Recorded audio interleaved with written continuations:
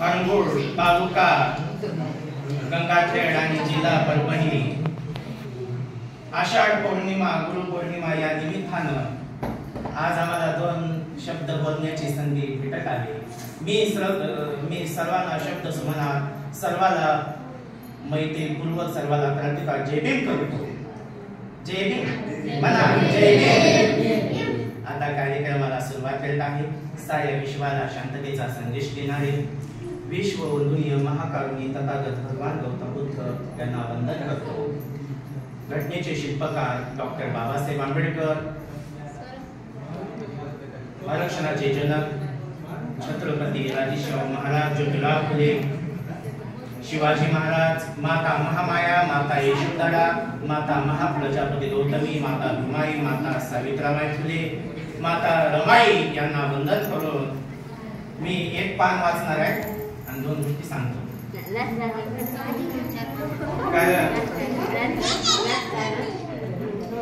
हजारो वर्ष ज्या डॉक्टर बाबासाहेब आंबेडकरांनी तुम्हा आम्हाला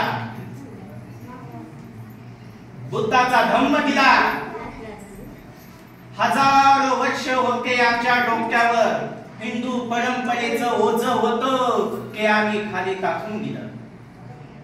कारण नवा जन्म झाल्यासारखा वाटत होता आम्हाला। 14 ऑक्टोबर 1956 साली नागपूर या ठिकाणी तमाम भीमानुयायी जमला होता। सूर्य उगवला होता। त्या सूर्याच्या किरणाने तमाम भीमानुयायांचे चेहरे फुलले होते। बुद्धं शरणं गच्छामि सूर निटाटून लागला होता। कारण जन्म आम्हाला आमचा नवीन झाल्यासारखा आम्हाला वाटत होता।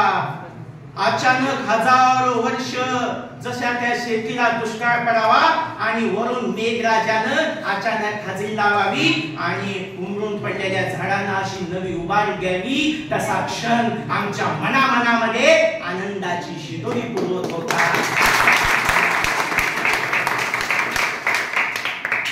मनात आनंदाची शिदोरी पुरवत होता आणि आकाश पातळी आमच्या कवेत आल्यासारखं आम्हाला वाटत होतं।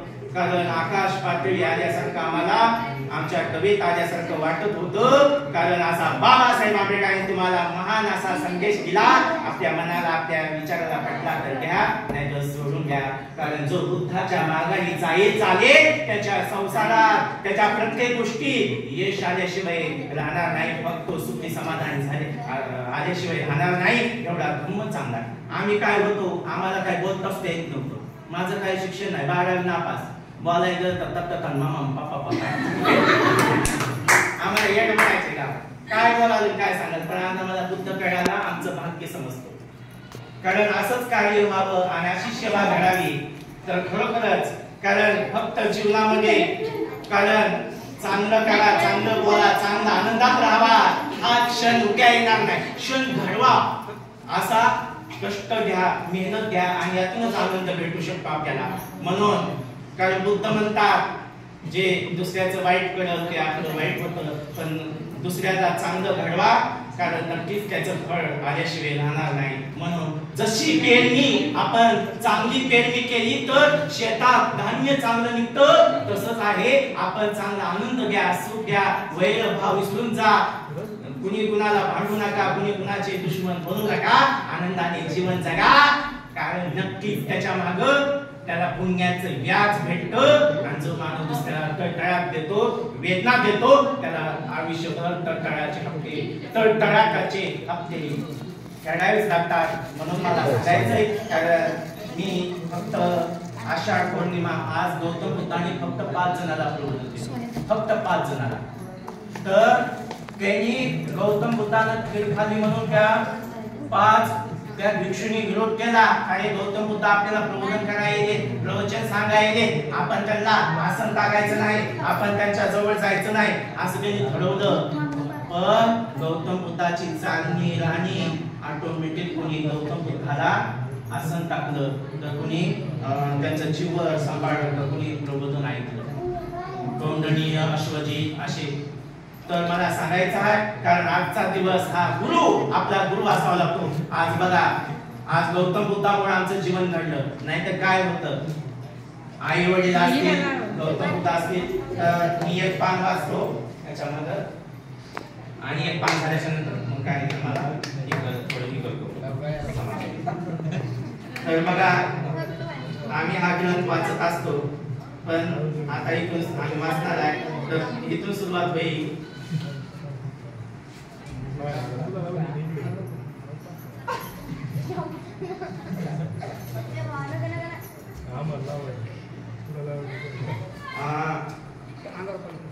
फक्त इथून कडे वाचणार आहे.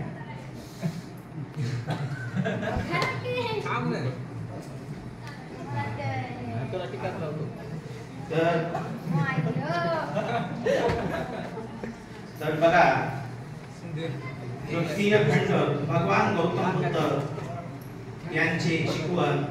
कारण असं हे वाचताना आम्हाला काटा येतो, वाचताना आनंद वाढवेल ना, तर या आम्हाला बुद्ध आणि धम्म याच्यामुळे आमच्या जीवनात आम्हाला थोडं तरी कारण एवढं आहे, पण त्याचं ते समजत काय एवढं लागतं, त्याची माहिती करता येईल, समजून घ्यावं लागतंय. म्हणून मला सांगायचंय बघा भगवान बुद्धाने आपल्या धम्म स्वतःसाठी विशेष स्थान राखले नाही.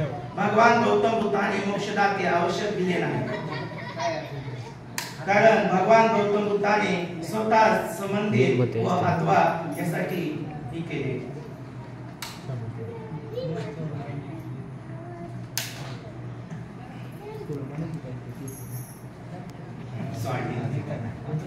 भगवान बुद्धाने त्याचा धम्म भाग पहिला, जन्मापासून ते कुळ, त्यांचं कुळ बघा काय.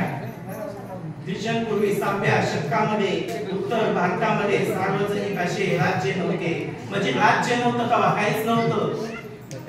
संबंध देश निरनिराळ्या अनेक लहान मोठ्या या राज्यामध्ये विभागला गेला आणि त्यापैकी काही राज्यावर एका राजाने सत्ता होती, तर काहीवर एका राजाची सत्ता नव्हती. तर राजाची सत्ता असलेल्या राज्याची संख्या अधिक 16.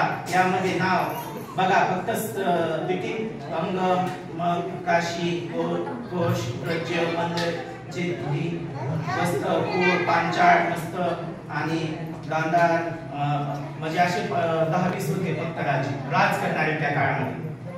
ज्या राजावर राजाची अधिक सत्ता नव्हती, कपिल वस्तूचे शाखे, कारण बाबा कुशीनारा येथे वैशाखी या ठिकाणी ज्या राजावर राजाची सत्ता होती, कारण गणराज्य कपिल वस्तू या ठिकाणी शासन पद्धतीने विशेष माहिती नाही. या राज्यामध्ये शासन व्यवस्था प्रस्थिका केली आणि तथागत सिद्धार्थ गौतम बुद्धांचा जन्म या दिवशी झाला.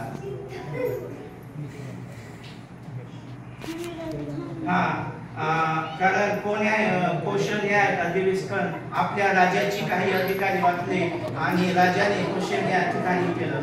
आता शेवटचं देतो. तर बघा शाखेचा राजधानी नाव कपिल वस्तू. गौतम बुद्धाचं जे राज होतं ते कपिल वस्तू होतं, जे होतं कपिल कदाचित त्यांचे नाव थोर बुद्धिवान कपिल वस्तू हे होते. कपिल या बघा गौतम बुद्धाच्या पंजाचं नाव जैत सिंह होतं. फक्त म्हणतो मी महत्वाचं, त्यांच्या पंजाचं नाव म्हणजे त्यांच्या वडिलांच्या वडिलांच्या वडिलांचं जैतवन होतं. नावाचा एक शाखे राहत होता आणि त्यांना किती 5 मुलं होती. तर बघा शिवमन नावाचा शिवमन नावाचा एक शिवमन होता. शिवमन म्हणजे गौतम बुद्धाचे आजोबा होते आणि त्यांना मुलं बघा किती होती. शुद्धोदन, तौतोदन, शुक्रोदन, शाखेदन, अतितोदन आणि 5 पुत्र आणि पुत्राशिवाय आणि त्यांच्या अमिता प्रतिमा, कारण त्यांना 2 बहिणी होत्या. या नावाचे 2 कन्या होत्या. शुद्धोदन राजा यांचा विवाह महामायेशी झाला आणि तिच्या पतीचे नाव असे महामाया आणि नाव आईचे नाव सुलक्षणा होते. शुद्धोदन राजाचे म्हणजे त्यांच्या आजीचं नाव होतं गौतम बुद्धांच्या सुलक्षणा. असे कौशल वंशातले होते.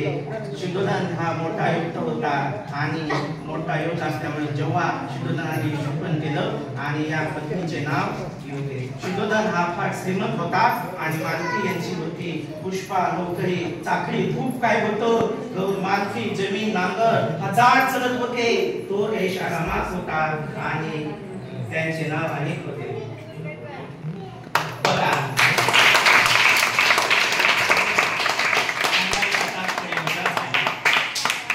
हजार नांगरे चालायचे, कितीतरी त्यांचं राज होतं. पण आज कारण वंशभर हा धम्म वाढावा, त्याचा प्रचार प्रसार व्हावा म्हणून मला हे सांगायचं आहे. आणि एक शैली सांगते कथा बघतो. कारण बुद्धाची आई